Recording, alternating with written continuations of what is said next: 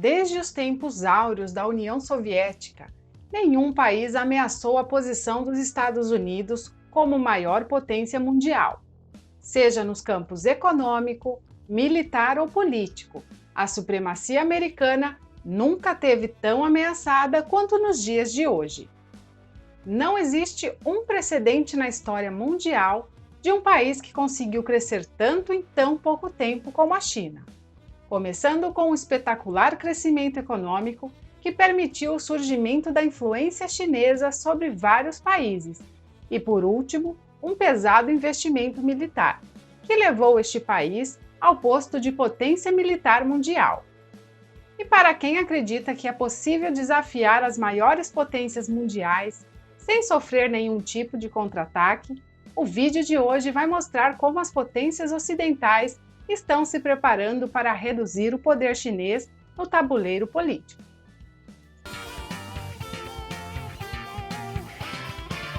Sejam muito bem-vindos ao canal Conhecimento Global, um canal para quem quer expandir o seu conhecimento e acredita que para isso não existem fronteiras. Se todo o poder adquirido pela China já não fosse o suficiente para incomodar as grandes potências mundiais, o tipo de governo totalitário controlado pelo Partido Comunista Chinês ainda representa grandes incertezas para países como Estados Unidos, Reino Unido, Japão, Coreia do Sul, Austrália e até mesmo para a Índia, que possui um enorme território fronteiriço à China. Já não é de hoje que os países democráticos da região da Ásia e Pacífico tentam criar mecanismos para fazer frente ao poder crescente da China. Para entender melhor do assunto, como já é de costume aqui no Conhecimento Global, vamos voltar um pouquinho no tempo. No ano de 2007, por iniciativa do primeiro-ministro japonês Shinzo Abe, que estava alarmado com a liderança que a China começava a exercer na Ásia, foi criado o chamado Quad, uma aliança entre Japão, Estados Unidos, Índia e Austrália que deveria se organizar nos moldes da OTAN e, assim, impor barreiras ao crescimento da China. Mas, ao contrário da OTAN, que é uma instituição formal, com regras e recursos, o Quad nunca passou de um fórum onde os países membros discutiam questões políticas, de segurança e acordos militares. É muito difícil conciliar interesses tão distintos de países que não podem se dar ao luxo de formarem um bloco que poderia ser chamado de anti-China. Como exemplo, a Austrália decidiu deixar o grupo em 2008, por querer estreitar as relações comerciais bilaterais com a China. Desta maneira, o bloco não conseguiu os objetivos pensados inicialmente e ficou adormecido por quase 10 anos. Em 2017, durante uma cúpula de países do Sudeste Asiático, outra vez, Shinzo Abe, que voltou a ser primeiro-ministro do Japão, conseguiu reunir novamente os líderes dos 4 países e o bloco ressurgiu. Nesse renascimento, durante o governo de Donald Trump, surgiu um entusiasta, o secretário de Estado norte-americano, que expressou seu desejo de que o bloco voltasse, se organizasse, encontrasse mais sócios e se parecesse cada vez mais com a OTAN. Desta maneira, poderiam pressionar militarmente a China. Acontece que essa ideia de combater a China utilizando pressões militares não é um consenso entre os membros do grupo. Para alguns, é preciso combater a China nos campos onde ela exerce maior influência sobre outras nações. Para esses líderes, seria necessário combater a China no campo econômico, tendo em vista que a China exerce sua influência sobre outros países através do comércio internacional, realizando transações com qualquer país independente de sua ideologia, e também investindo diretamente em países em desenvolvimento, como é o caso da África, América Latina e Sudeste Asiático.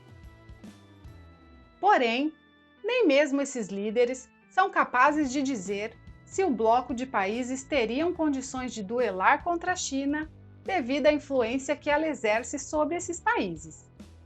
O fato é que as características regionais não permitem pensar em uma aliança militar entre países asiáticos em um curto espaço de tempo.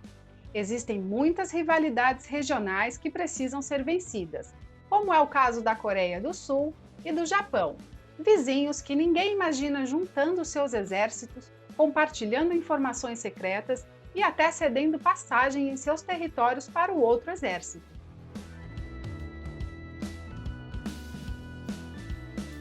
Como as dificuldades para enfrentar a China no campo militar são muito maiores do que as econômicas, no momento, o grupo deve privilegiar essa segunda opção. E o plano já começa a sair do papel. Com a eleição de Joe Biden para presidente dos Estados Unidos, o país começou a mudar o rumo de sua política de alianças e a primeira reunião formal do Quads já foi realizada em março de 2021. Desta reunião, já saiu a primeira estratégia para barrar a influência chinesa no mundo. Os 4 países se colocaram de acordo para cooperarem com a produção da vacina contra o Covid e fazer frente à produção chinesa. Desta maneira, conseguirão distribuir milhões de doses de vacina pelo mundo e evitar que a China use sua vacina com fins diplomáticos.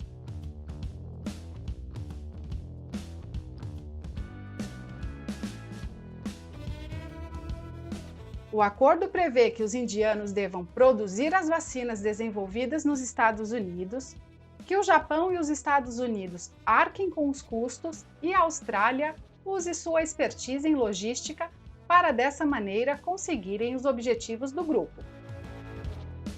Com estas estratégias, Joe Biden espera integrar esse grupo de países com outros acordos que os Estados Unidos já possuem e assim diminuir cada vez mais a influência da China na política mundial.